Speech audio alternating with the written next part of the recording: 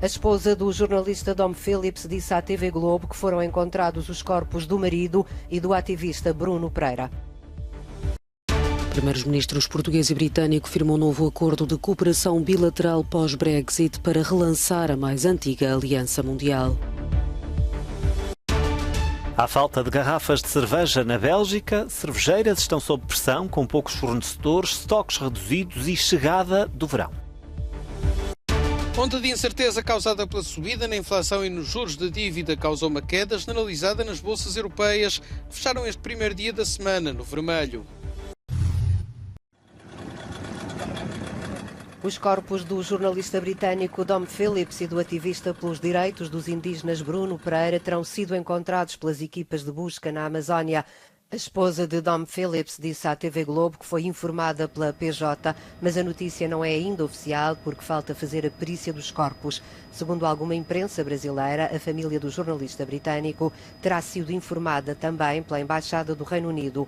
Horas antes tinha sido encontrada uma mochila onde estavam roupas, botas e um cartão de saúde e um computador portátil.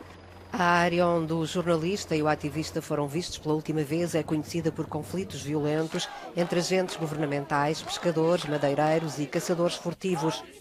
Com o desaparecimento de Dom e Bruno, provocou reações de ativistas no mundo inteiro. Dezenas de pessoas manifestaram-se no domingo na praia de Copacabana, pedindo às autoridades brasileiras para acelerarem as buscas.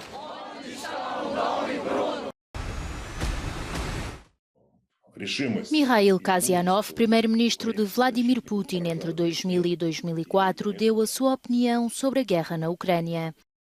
O antigo governante, que sempre defendeu um estreitamento de relações com o Ocidente, argumenta a necessidade da existência de uma desputinização da Rússia.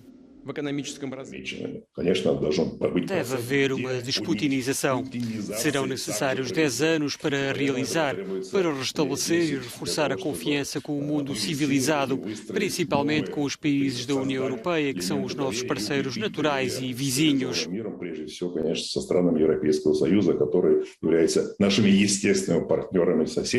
Kasianov diz que Vladimir Putin construiu um sistema baseado no medo e defendeu que se a Ucrânia for conquistada pelos russos, a ofensiva não ficará por aqui. Penso que se a Ucrânia cair, os Estados Bálticos serão os próximos. Estas são as realizações de um sistema que, com o encorajamento de Putin como chefe de Estado, começou a funcionar mesmo de uma forma mais cínica e cruel do que nos últimos dias da União Soviética. Essencialmente, este é um sistema do KGB, baseado na ilegalidade e na total falta de responsabilidade. É evidente que eles não esperam qualquer punição. A Rússia invadiu a Ucrânia há mais de 100 dias. Nas últimas semanas, as atenções têm estado voltadas para Severodonetsk, cidade estratégica no leste, alvo de uma forte ofensiva russa. Entretanto, noutras zonas do país, os combates intensificam-se. 93 mil milhões de euros em 100 dias de guerra. Foi quanto o comércio de combustíveis fósseis rendeu à Rússia durante esse tempo. E apesar das sanções da União Europeia, o país ainda pode ganhar muito dinheiro com as vendas. Os dados são de um relatório do Centro de Pesquisa para a Energia e Ar Limpo, que revela que o aumento de 60% nos preços das exportações compensa e muito as baixas de volume de negócios.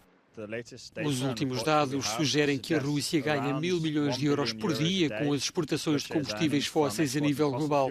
Grande parte chega da Europa. Estima-se que esta guerra também esteja a custar à Rússia cerca de 1.000 milhões de euros por dia.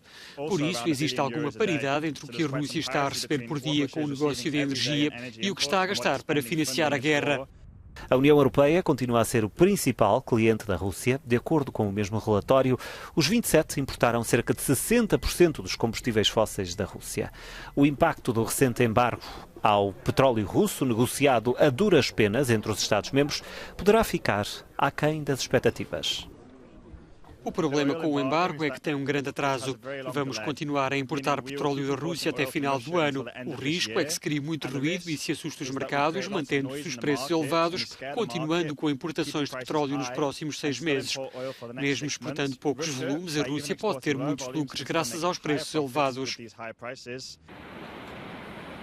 Más notícias para a União Europeia, apesar dos esforços para reduzir a dependência da Rússia e o financiamento da máquina de guerra do Kremlin. Moscovo espera continuar a ganhar, com menos clientes, mas mais lucros.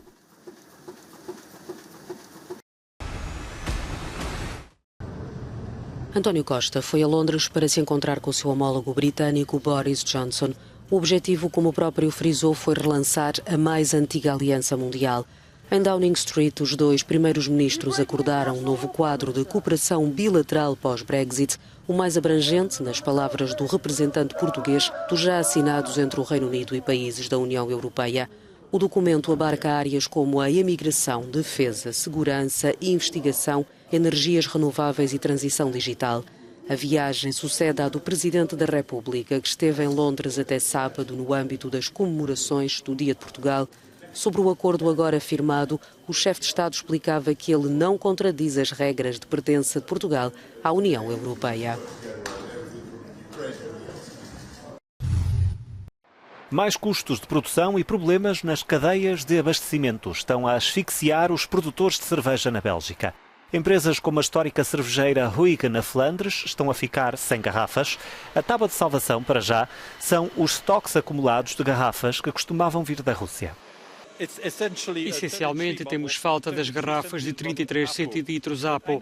Conheço alguns produtores que trabalham com as garrafas do tipo Steyny e para vários a falta de garrafas está a tornar-se um problema. Para nós é um grande problema, porque temos um volume de exportações de 87%, o que quer dizer que as garrafas não são devolvidas. Neste momento, esta cervejeira, com 110 empregados, produz 250 mil hectolitros de cerveja, mas teme-se que as receitas caiam 20% se a crise atual continuar durante o verão. Os preços do vidro dispararam por causa dos custos com a energia, à medida que os fabricantes tentam aumentar a produção de garrafas. Usar latas poderia ser uma alternativa para muitas cervejeiras, mas também há problemas com o alumínio. Representantes da indústria da cerveja dizem que as pequenas e médias empresas poderão ser fortemente afetadas. Afetará definitivamente alguns produtores mais do que outros.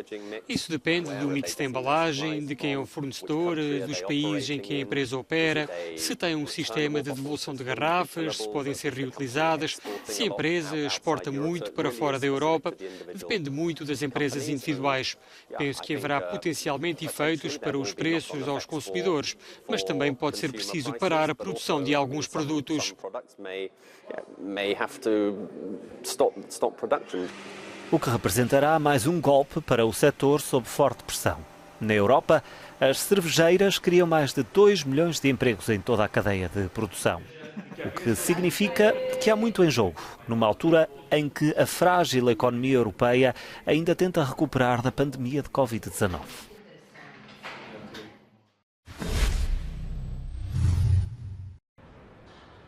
Esta foi uma segunda-feira negra para as bolsas mundiais. A publicação dos números da inflação nos Estados Unidos, a par do aumento nas taxas de juro, fez com que a maioria dos índices bolsistas da Europa tenha terminado o dia em forte quebra. As praças de Paris, Frankfurt, Madrid e Milão fecharam com quedas a rondar os 2,5% nos índices principais.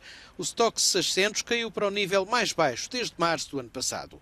A Reserva Federal norte-americana publicou sexta-feira os números da inflação em maio, com uma taxa de 8%, a mais alta em mais de 40 anos, o que lançou uma onda de incerteza, não só nas bolsas, como também no mercado da dívida.